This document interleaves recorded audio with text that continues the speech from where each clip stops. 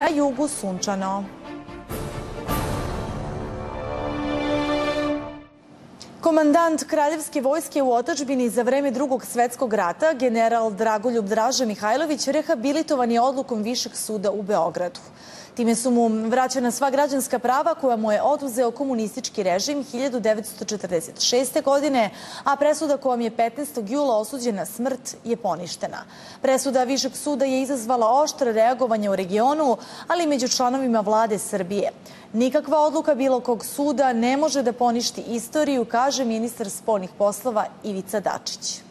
Usvaja se zahtev za rehabilitaciju Dragoljuba Mihajlovića Draže, pa se utvrđuje da je odluka Vrhovnog suda Federativne Narodne Republike Jugoslavije, Vojnog veća 1 sud broj 1/46 od 15. jula 1946. godine u delu koji se odnosi na Dragoljuba Mihajlovića ništava od trenutka njenog donošenja i da su ništave sve njene pravne posledice, uključujući i kaznu konfiskacije imovine, a rehabilitovano lice Dragoljub Mihajlović Draža smatra se neosuđivanim.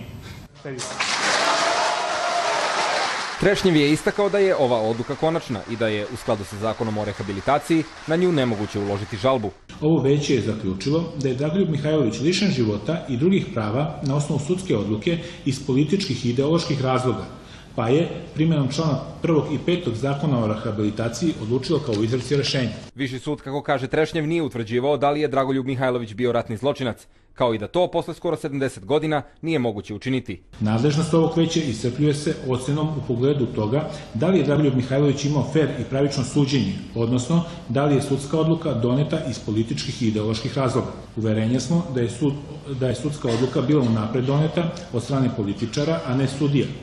Samim tim, Dragoljub Mihajlović u ovom postupku nije imao nikakvu šansu. Među okupljenim građanima koji su ispred zgrade suda strpljivo čekali odluku bio je i jedan od predlagača rehabilitacije Mihajlovića, advokat Oliver Antić. On kaže da je ovo veliki dan za pravdu i da ova odluka treba da se slavi i u Hrvatskoj. Ovi što su bili od početka kod Draže Mihajlovića, dakle ti isti čestiti Hrvate, njih 10.000 i njihove porodice, to su jedini izvorni antifašisti i koji su osvetlali obraz u najmračnijem periodu hrvatske istorije. Odlukom o rehabilitaciji, međutim, nisu zadovoljni svi. Pa mogu da vam iznesem svoj lični stav. Dakle, kao potomak partizanskog borca koji učestvuje u oslobađanju Beograda i Srbije od fašista tokom Drugog svetskog rata, mogu da kažem da sam lično nezadovoljan rehabilitacijom Draže Mihajlovića, ali naravno ne mešam se u nezavisne odluke nezavisnih pravosudnih organa. Predsjednik Skupštinskog odbora za ljudska i manjinska prava Meho Omerović smatra da je odluka o rehabilitaciji Mihajlovića skandalozna i sramotna